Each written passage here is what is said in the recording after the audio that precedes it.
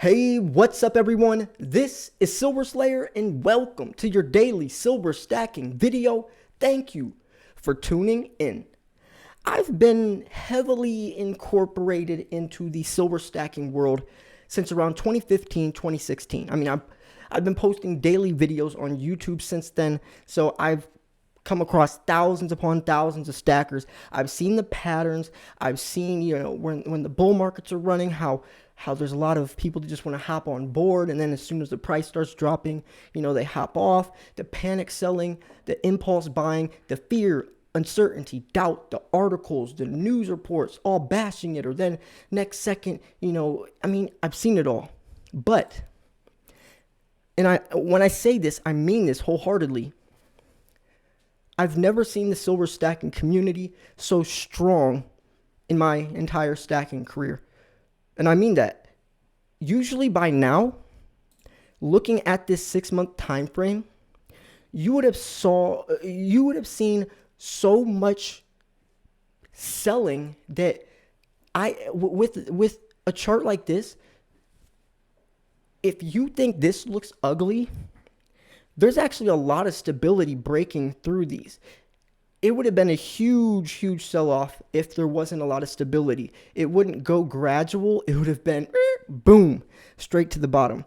And this article explains that silver investors remain undaunted.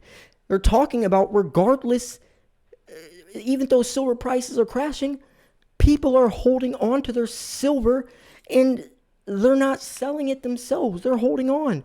They realize silver's true value is actually worth more than $22.72. So they're not selling it. They're holding.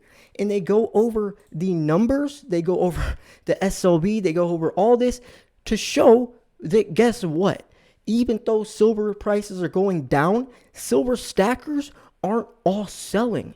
They're actually holding more than ever, which is very interesting to look at because the top that we've recently seen was from the Wall Street silver movement. Obviously, that had more spotlight attention than Bitcoin. So a lot of people hopped over to silver that didn't understand silver. It's not crypto. They also didn't. They came for the wrong reason. They were just trying to short squeeze the market based off of this plan they had, not looking at the real reason you should be investing in this. Regardless, though, a lot of people in Wall Street silver have converted into real silver stackers, and they're still buying it all up like hotcakes. So I'm very proud right now that an article like this can come out, and it's not coming out from a silver or a precious metals site. This is thebull.com. This is just, brokers, it's just an investing site. And he's going over the numbers saying a lot of people are still holding on to silver, even though prices are astronomically in the red. And you want to know another reason how I know the silver stacking community is at such a massive, just growing in numbers? Because look at my channel. We're about to hit 50,000 subscribers. When I first started YouTube, a silver stacking channel hitting 50,000 subscribers it wasn't a thing. It literally wasn't. Even today, that's not really a thing.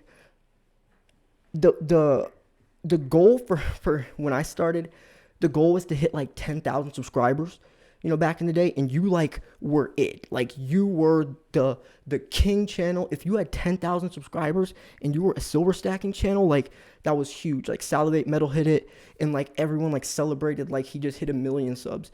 But nowadays you see the stacking community growing, and now I'm about to approach 50K, and then that's halfway to 100K, and that's when I get my channel verification badge. The silver stacking channels aren't supposed to be getting channel verification badges in the silver YouTube play button once you hit 100. That's crazy to think about, but it just shows that it is becoming more mainstream. Now, I show this because I am doing a 50,000 subscriber giveaway. So if you want a chance to win silver, giving away a lot of silver to a lot of different stackers. And it's not just this 50K giveaway. I do giveaways all the time. So as long as you're subscribed, you'll always constantly be having opportunities to get silver shipped to your front doorstep for free. How cool is that? So I do want to jump into this article. It's very, very good. And I like how they show the numbers because they're not just theorizing, they're not just saying things. Numbers don't lie, right? They're showing the actual numbers of the SLB. They're saying, we can prove why, or we can show you how this statement is true. Because look at the SLB's numbers. Look at all this. The World Silver Survey posted from the 2020 total global physical silver investment demand, which ran to 200 million ounces. That was 22.4% of the overall total demand. Over half the world's silver demand continues to be industrial. The Silver Institute broke out silver demand through exchange traded funds, or also ETFs, in its own separate category. Now, last year's demand quadrupled, skyrocketing 297% year over year. Epic new all-time high of 331 million ounces. That's insane. That's insane to think about. So love or hate physical bullion-backed ETFs, silver ETFs at least, they are increasingly dominating silver investment flows. So one massive silver ETF is obviously the SLB, right? The SLB, that's the biggest one. Held over 558 million ounces. So they're just showing all these, but let's keep on going down. So that makes its holdings, going over that makes its holdings a great daily proxy for global silver investment demand. Since they are reported daily, they offer a high resolution read vastly better than the ounce or the once a year World Silver Survey. And like most investments, the faster silver prices are surging, the more capital rushes to chase the white metal to ride its gains. Virtually all the differential between the SLB share buying in 2020 was concentrated in a huge silver up leg. From mid-March 2020, when silver was $11 in the dark heat of this crazy situation, lockdown, and we're talking about until mid-August 2020, silver skyrocketed 142% in just 4.8 months. Big and fast gains like the erupting periodically are why investors put up with silver's extreme volatility. Because yes, it could be down right now, but in a couple of months, we could see silver up to $30 again like this, but also breaking above $30. I mean, I just made a video yesterday or day before how someone was actually saying, and these are very reputable, smart investors that know what they're talking about. And they were even saying we could still see $30 silver by the end of 2021 and $50 silver going into 2022. I mean, I just made an entire video about it and actually showed their interview, the actual video, on my channel. So highly recommend you go check that out. But regardless, volatility means it could go, it could go really bad or really good. Right now it's really bad, but that doesn't mean it's going to stay bad. It could also go really good. It's like gold, but on steroids. It's a more exaggerated version of gold. So it's going to do what gold does, but to a much, much greater degree. That can be for the best or for the worst. That's why they call silver the devil's metal. So anyways, let's keep looking at this because this is important. This really is. So the growing importance of SLB as the leading conduit for investment capital flows into and out of the silver cannot be overstated. The builds and draws in the SLB's holdings both dominate and closely track broader global silver investment. And amazingly, given the gold futures-driven silver carnage in recent months, silver investors remain undaunted. SLB's holdings representing overall silver investment have held strong. They've held strong. That implies silver is increasingly owned by hardened contrarians, strong hands left after most of the weak ones have been shaken out. Boom, there you go. SLB's holdings have proven resilient this year despite silver's recent multi-month swoon in lockstep with gold after entering the 2021 at 558 million ounces before going on a wild ride. The SLB is still holding 541 million ounces for its shareholders. That's crazy. That is nothing considering silver itself, which had 18% year to date at SLB's holdings not falling proportionally in sympathy, showing strong continuing resolve among silver investors. They generally aren't fleeing and will almost certainly step up their buying as silver interrupted up leg. When it resumes. And this impressive resiliency is readily apparent when charted. Here's SLV's daily holdings in blue, which are superimposed over silver prices in red. I mean, that paragraph right there explained it all, right? Silver stackers aren't fleeing. We understand silver's true value. We understand that $22, $23, $24, $25, even $26, even $30, even $50 is a steal for an ounce of silver.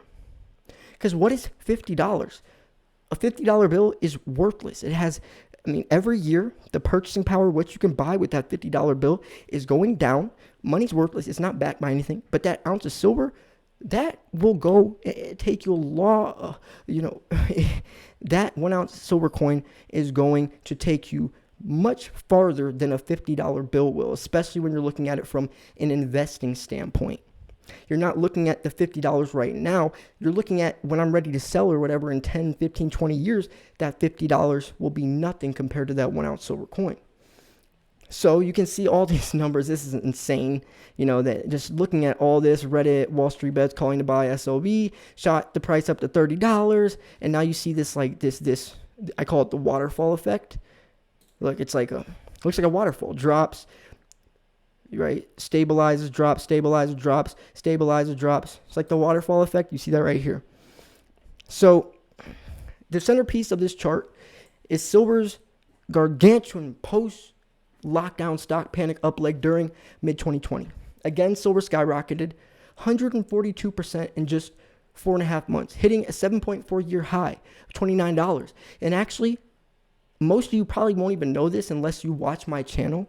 Silver was the number one performing asset in 2020. And that's an actual award it won. It wasn't gold. Gold was, I think, number 5, came in 5th place. But silver beat all the stocks, all that stuff. Silver was the number one performing asset. And yes, it beat Tesla, it beat Amazon stocks. It was silver. But since silver was the number one, nobody talked about it. If it would have been Amazon or Tesla, you would have seen news articles everywhere. But since it was silver, nobody wanted to share that information. The mission of physically backed silver ETFs, including the SLV, is to track the silver price. But supply and demand for SLV shares independent from silver's own, leaving SLV share price at constant risk of decoupling from silver's price. The only way this inevitable failure can be averted is if the SLV actively shunts any excess supply and demand for its shares directly into underlying physical silver, which is exactly what happens. And people are turning in their contracts for physical delivery, just like the Hunt brothers did in 1980 when they owned up to 77% of the global silver supply. And yes, you heard that correctly. The Hunt brothers cornered the market, owned up to 77% of all the silver in the world. Now, they were billionaires. They spent billions of dollars in silver. And the reason they went to silver is because back then you couldn't buy gold. Gold was banned. It was illegal to own gold. So they went to silver. But the craziest part is they bought all that silver on the SLV, but then turned it in for physical delivery, right? They turned the contracts in for physical delivery. Long story short, though, the government banned silver. Hunt brothers couldn't buy anymore. Then people freaked out once Silver Rule 7 came out because the government just made a law on the spot banning silver. You couldn't buy it anywhere. You couldn't buy it on SLV. Shot the price down, which led to Silver Thursday when the price dropped from like $50 back down to like $9. But, long story short, though, you can still turn in contracts for physical delivery. But do you think there's enough physical metal to cover all of those contracts on the COMEX? No. Silver took off like a rocket on those rumors. And I analyzed in depth in early February an essay on silver's Reddit search. Climbed 1.3% Friday, January 29th. Then it blasted 5.5% higher, $28 on February 1st. So they soared 6.1% or 34 million ounces on the 29th alone. And that's because they were doing they were doing silver raids. Everyone on a certain day, they'll say for example, they'll be like, October 10th, we're all going to buy silver and just flood the market. Everyone throw all, get all your piggy banks on October 10th. We're all just gonna buy a whole bunch of silver, everyone. And then on that day, a whole bunch, and I'm talking about thousands of people. I mean, Wall Street Silver has 40,000 members. They have 156,000 members. 156,000 members. That's crazy. So, and they just started this year. Imagine in like a couple of years, there'll be millions of members on that site, all buying silver on specific days, just promoting silver, making the silver. I mean, that they're single-handedly why this video is possible, why silver is becoming so mainstream, why there's so many new silver stackers, why it's so strong, is because Wall Street Silver put us on the map. What I've been trying to do with my channel for the last 6 years, they did within a couple of months. So anyways, let's keep looking at this. So I don't want to look at, obviously we know what happened. We know it bounced 25, but we know that. But I want to look at more into this. Now,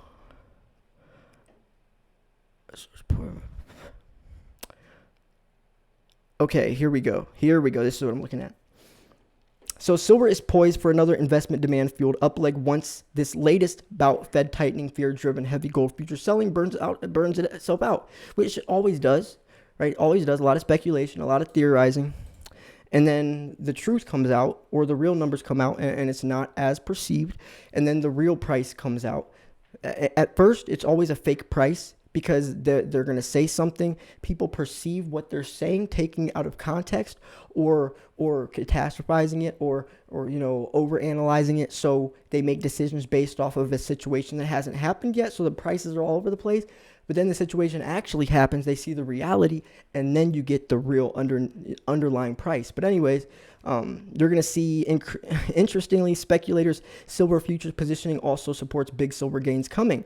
As of late September, their longs and shorts are running at 8% and 100% up into their past year ranges. That's near silver's most bullish possible setup of 0% longs and 100% shorts. That implies selling exhaustion. Speculators have both sold all the silver futures long as they are likely to, as well as done all their probable short selling. That leaves room for nothing but buying, which propels silver sharply higher due to the big leverage inherent in silver futures. Investment demand should soar as investors see silver powering decisively higher again. That has real potential to fuel a big coming silver up leg. Bam, there you go.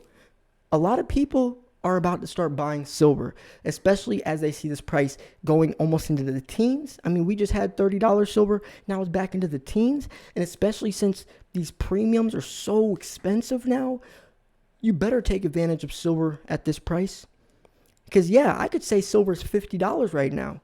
And you would say, no, it's not. Spot price is $22. Well, I could go on Amazon or eBay, and if I wanted to buy a physical ounce, a physical American Eagle, I'll have to pay $50.